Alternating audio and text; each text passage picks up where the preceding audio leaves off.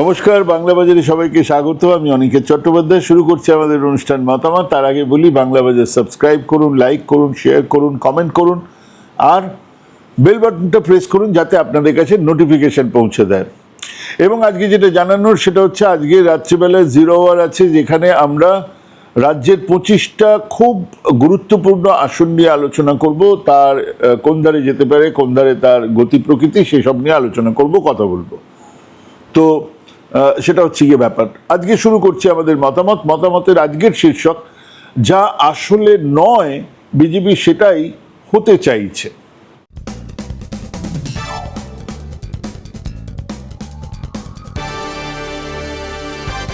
সে এক দাঁড় কাকের স্বাদ হলো কোকিলা সাজিতে। হ্যাঁ, ব্যাপারটা সেরকম।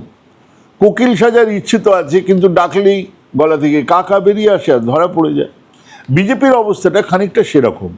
আমাদের প্রধানমন্ত্রীকে দেখবেন খুব চোখে লাগার মতো, কানে ঠেকার মতো এক কারবার তিনি সর্বত্র করেন, সর্বত্র, দেশে বিদেশে সর্বত্র। গোয়াতে গেছেন, যান, আপনি প্রধানমন্ত্রী, বলুন আপনার কথা, কিন্তু না, উনি সর্বত্রই কোকিল সাজার চেষ্টা করবেন। গোয়ার সঙ্গে আমার আত্মীয়তার বন্ধন, আমি সেই কবে থেকেই গোয়ার সংস্কৃতি, গোয়ার ঐতিহ্যের সঙ্গে একাত্ম হয়েছি। আমি তখন স্কুল থেকে বের হয়েছি, বন্ধুদের সঙ্গে গোয়ায় এসেছিলাম। আরে ভাই, চা বিক্রি করতেন, স্কুল ছেড়ে সন্ন্যাসী হয়ে গেছেন, তার মধ্যিখানে কখন সময় পেলেন? এই গোলমাল হয়ে যাচ্ছে টাইম লাইন। কিন্তু এই সমস্ত কথাবার্তা বলে যাবেন। নাগাল্যান্ডে গিয়ে সেই একই নাগা হয়ে ওঠার চেষ্টা করা, তামিলনাড়ুতে এসে তামিল ভাষা যে তার কত কাছের, কতটা তামিল তিনি জানেন সেটা বোঝানো, চীনে গিয়ে চীন যে ছোট্টবেলা থেকে তার আকর্ষণের কেন্দ্রবিন্দু ছিল সেটা বলা, হিউয়েন সাং নাকি ওনার বাড়ির কিছুটা দূরে ডেরা বেঁধেছিলেন, ইসরায়েল নাকি ফাদারল্যান্ড আর ইন্ডিয়া নাকি মাদারল্যান্ড, এই রকম মানে চতুর্দিকে। এদিকে প্রত্যেকে ওনার এই লব্জ জেনে গেছেন, কাজে উনি যে ঢপ দিচ্ছেন সেটা বলার আগেই সবাই বুঝে ফেলেন। কিন্তু সেটা তো উনি যিনি আজ পর্যন্ত 10টা কথা বললেই 8টা 9টা কথা মিথ্যেই বলেন। আমি আজ বলবো, বিজেপিরও এই প্রবণতাটা আছে। হ্যাঁ, দেশের সবচেয়ে বড় দল, দেশের প্রায় প্রত্যেক রাজ্যে তারা ধীরে ধীরে তাদের ক্ষমতা বাড়াচ্ছে, কিন্তু তাদের এক প্যান ইন্ডিয়ান ক্যারেক্টার, দেশ জোড়া এক চরিত্র গড়ে ওঠে। তাদের উদ্ভব হিন্দি হার্টল্যান্ডে, তারা এখনো একেবারেই হিন্দি হার্টল্যান্ডের দলই থেকে গেছেন। কংগ্রেস তার পথ চলা শুরুর থেকেই সারা দেশের জ্ঞানী গুণী পণ্ডিত সাধারণ মানুষদের এক প্ল্যাটফর্ম হয়ে পথ চলা শুরু করেছিল স্বাধীনতার জন্য, স্বাধীনতার দাবিতে, ইংরেজদের বিরুদ্ধে। সাম্রাজ্যবাদ বিরোধী এক টানা লড়াই, বিরাট লড়াই, তাকে সারা পৃথিবীর সঙ্গে পরিচিত করিয়েছিল। সারা পৃথিবীর বিভিন্ন সংস্কৃতি, ভাষা, খাদ্যাভ্যাস থেকে সাহিত্য, সারা পৃথিবীর সাম্রাজ্যবাদ বিরোধী লড়াই কংগ্রেসের ভিত্তি তৈরি করেছিল। তাকে দেশের বিভিন্ন রাজ্যে গিয়ে আলাদা আলাদা করে কথা বলতে হয়নি। অনায়াসে নেহরু গেছেন কেরালাতে, গোয়াতে, নর্থ ইস্টার্ন ফ্রন্টিয়ার রাজ্যে, এসেছেন বাংলায়। তাকে আলাদা আলাদা করে চোলায় চোলায় বাজবে জয়ের ভিড়ি সব বলার দরকার হয়নি, জাহির করার দরকার হয়নি। তিনি নানা বিষয়ে রবীন্দ্রনাথ ঠাকুরের সঙ্গে কথা বলেছেন, চিঠির আদান প্রদান হয়েছে। আবার সেই সময়ে উত্তর ভারত বা দক্ষিণ ভারতের সংস্কৃতি জগতের মানুষজনদের সঙ্গে একই সখ্যতা বজায় রাখতে আলাদা করে কথা বলতে হয়নি, কারণ তিনি নিজেও লিখতেন। তার সঙ্গে নিজেও সেই বৌদ্ধিক জগতে, সেই ইন্টেলেকচুয়াল লোকজনদের সঙ্গে তার একটা স্বাভাবিক সম্পর্ক ছিল, কবি সাহিত্যিক সবার সঙ্গে। কমিউনিস্টদের তো এই সমস্যা কখনোই ছিল না, কারণ তারা শুরু থেকেই অনেক বেশি আন্তর্জাতিকতাবাদে বিশ্বাসী ছিলেন। অন্যদিকে এক মধ্যযুগীয় সংস্কৃতিকে আঁকড়ে ধরে বেড়ে ওঠা হিন্দুত্ববাদী রাজনীতির অনেক বেশি বাধ্যবাধকতা ছিল। সারা দেশ যখন ইংরেজদের বিরুদ্ধে লড়াই করছে, তখন ওনারা দেশের সব থেকে বড় শত্রু হিসেবে কাকে চিহ্নিত করছেন? এক ধর্মকে, এক সম্প্রদায়কে। যে ইংরেজদের বিরুদ্ধে দেশের প্রথম স্বাধীনতা যুদ্ধ, সিপাহী বিদ্রোহতে হিন্দু, মুসলমান, রাজা, জমিদার, সাধারণ সিপাহী থেকে সন্ন্যাসী, ফকির তারা লড়েছিলেন, সেই দেশে ইংরেজ শাসনের বিরুদ্ধে প্রতীকের নেতৃত্বে ছিল কে? বাহাদুর শাহ জাফর। সেই দেশেই ইংরেজদের বিরুদ্ধে লড়াইয়ের বদলে বিজেপির সেদিনের উত্তর সিরিয়ার RSS হিন্দু মহাসভা লড়ছিলেন কাদের বিরুদ্ধে? মুসলমান শাসনের বিরুদ্ধে। শাসন করছে ইংরেজরা, ওনারা লড়ছেন মুসলমান শাসনের বিরুদ্ধে। হ্যাঁ, পড়ে দেখুন সাভারকার, গোলওয়ালকার, হেডগাওয়ার সবার লেখাপত্র, সাফ দেখবেন ইংরেজ শাসকদের বিরুদ্ধে তাদের কোনো কথাই নেই। তাদের দাবি ইসলাম মুক্ত ভারত, মুসলমান মুক্ত ভারত, এক হিন্দু রাষ্ট্র।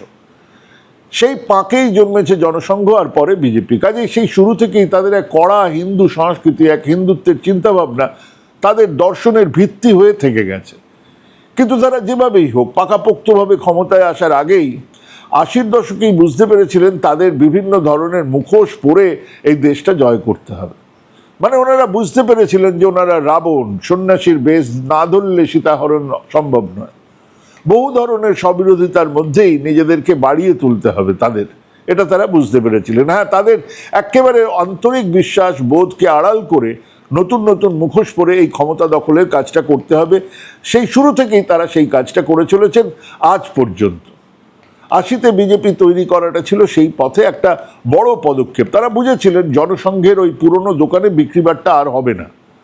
আদ্যন্ত হিন্দুত্ববাদী এক সংগঠন সেদিন তাদের রাজনৈতিক শাখা ভারতীয় জনতা পার্টি তৈরি করলো। কিন্তু দেখুন প্রথম দ্বিচারিতা দেখুন, তাদের দলের ম্যানিফেস্টোতে লেখা হলো তারা হবেন সেকুলার, ধর্মনিরপেক্ষ। খুলে দেখুন এখনো সেটা লেখা আছে। যারা দেশের সংবিধানকে অস্বীকার করেছেন, যারা দেশের জাতীয় পতাকা থেকে জাতীয় সঙ্গীত কোনোটাকে মেনে নেননি, কেবল মেনে নেননি নয়, তার বিরোধিতা করেছেন, লিখিতভাবেই করেছেন, প্রকাশ্যেই করেছেন, সেই তারাই দেশের সংবিধান মেনে চলার প্রতিশ্রুতি দিচ্ছেন, সেই তারাই সেকুলার আদর্শের কথা বলছেন। সেদিন তাদের একজন, হ্যাঁ, ওই হিন্দি হার্টল্যান্ডের একজন মেজো সেজো ছোট নেতাও গান্ধী হত্যাকারী গডসে একজন দেশপ্রেমিক এই কথা বলার চেষ্টাও করেছিলেন কি কেউ? ভাবেন উনি, মাথাতেও আনতে পারেননি। সামাজিকভাবে তারা বিচ্ছিন্ন হয়ে যেতেন। আজ বিজেপির সাংসদরা সেই কথা বলছেন, প্রকাশ্যেই বলছেন, প্রকাশ্যেই হিন্দু রাষ্ট্র চাইছেন। সেই দলের প্রধানমন্ত্রী এসে হিন্দু যে বিপন্ন হিন্দুরা, মুসলমানেরা যে দেশের ক্ষমতা কেড়ে নেবে আগামী দিনে, সেই কথা প্রকাশ্য জনসভায় বলছেন। আসলে সেই মুখোশটা তারা খুলে ফেলেছেন, সেই মুখোশের তাদের আর দরকার নেই। সেই কথা বললেই সামাজিকভাবে একঘরে হয়ে পড়ার ভয়ও তাদের আজ নেই, কারণ সমাজের একটা অংশের দখল তারা নিয়ে নিয়েছেন। আজ সেই দল যখন যেন তেন প্রকারেণ বাংলা দখলের জন্য এক যুদ্ধ ঘোষণা করে মাঠে নামেন, তখন সেই মুখোশের খেলাটা আরো পরিষ্কার হয়ে যায়। একটা দল যারা এই নির্বাচনের কিছুদিন আগে থেকেই দেখুন বাঙালি হয়ে ওঠার চেষ্টা করে চলেছেন, ব্যর্থ চেষ্টা। আমি বঙ্গালকে ভালোবাসি, হ্যাঁ, এইটুকু বাংলা মোদিজি বলছেন, তাহলে অন্তত এই প্রশ্নের জবাব তো আমরা চাইতেই পারি যে বাংলা থেকে 2019-এ 18 জন সাংসদ পেয়েছিলেন। সেই সাংসদদের কতজনকে ক্যাবিনেট মিনিস্টার করা হয়েছিল? একজনকেও। সব থেকে গুরুত্বপূর্ণ কোনো দায়িত্ব রেল, অর্থ, স্বরাষ্ট্র, প্রতিরক্ষা দেওয়া হয়েছিল? না, দেওয়া হয়নি, একজনকেও না। মানে বঙ্গালকে ভালোবাসিটা হলো বক্তৃতার শুরুয়াত মাত্র।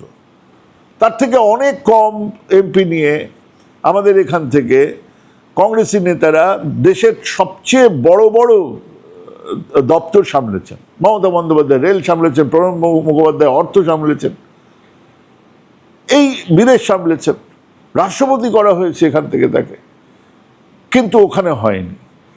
নির্বাচন এসেছে, ওনারা আবার সেই বাঙালি হয়ে ওঠার কি অক্ষম প্রচেষ্টা চালিয়ে যাচ্ছেন। কেন? আসলে তো ওনারা সেটা নন। হিন্দি হার্টল্যান্ডের সংস্কৃতি বাংলার নবজাগরণ পর্ব পেরিয়ে বাংলার উদার মানবতাবাদী সংস্কৃতির সঙ্গে মেলে না। আর মেলে না বলেই ওনাদের মুখোশ পড়তে হয়। ওনাদের কেউ বোঝালো যে আনন্দমঠ উপন্যাসে ব্যবহৃত বন্দে মাতরম গানটাকে তুলে ধরলে হিন্দুও হওয়া যাবে, বাঙালিও হওয়া যাবে। নাও বোঝো ঠেলা। প্রথমে যখন গানটা লেখা হয় তখন গানটা ছিল দুস্তবকের, যা আমরা গেয়ে থাকি। এবারে সেই গানটাকে বঙ্কিমচন্দ্র তার উপন্যাসে ব্যবহার করার জন্য নিলেন। কারা গাইছে সেই গান? সন্তান দলের লোকজন। তারা হিন্দুত্ববাদী, ঘোষিত হিন্দুত্ববাদী, তারা মুসলমান শাসকের বিরুদ্ধে যুদ্ধ করতে চায়। একটা গল্প, তার প্লটে এটা একটা দল। কাজেই সেই গানকে সেই প্লটের সঙ্গে মিলিয়ে আরো বড় করা হলো, আর সেখানে হিন্দু দেবী দেবতারা এসে হাজির হলেন। খেয়াল করে দেখুন, বন্দে মাতরম গান লেখা হয়েছিল সংস্কৃততে, কিন্তু আনন্দমঠে সেই গান যখন যোগ করা হলো তার বেশ কিছুটা অংশ একেবারে বাংলা, কিছুটা সংস্কৃত, কিছুটা বাংলা। বাহুতে তুমি মা শক্তি, হৃদয়ে তুমি মা ভক্তি, তোমারই প্রতিমা গড়ি মন্দিরে মন্দিরে। কি কাণ্ড! এই বাংলাতে পুরো গান গাইতে হবে তামিল, মালায়ালাম, নাগা, মিজো, কাশ্মীরি, গুজরাটি মানুষজনকে। কেন? বাংলার ভোট আছে বলে? ভোট চলে যাবে, মোদি অমিত শাহ ভুলেই যাবেন বঙ্কিমদার কথা। অনুরাগ ঠাকুর এসে ক্যামেরার সামনে মাছ খাচ্ছেন। আগে কোনো কংগ্রেস জাতীয় স্তরের অবাঙালি কংগ্রেস নেতাকে দেখেছেন ক্যামেরার সামনে মাছ খেতে? মাথা নাড়া গোলাপি ধুতি আর হলুদ পাঞ্জাবি পরে রুই মাছ ঝুলিয়ে ভোটের প্রচারে নামতে দেখেননি তো? কেন? সেই মাছ বিজেপির সংস্কৃতিতে এবার এই মাছ নিয়ে নামতে হচ্ছে কেন বিজেপি নেতাদের? তারা নামলেন কারণ তারা মাছ খেয়ে ছবি তুলিয়ে বাঙালি হতে চাইছেন।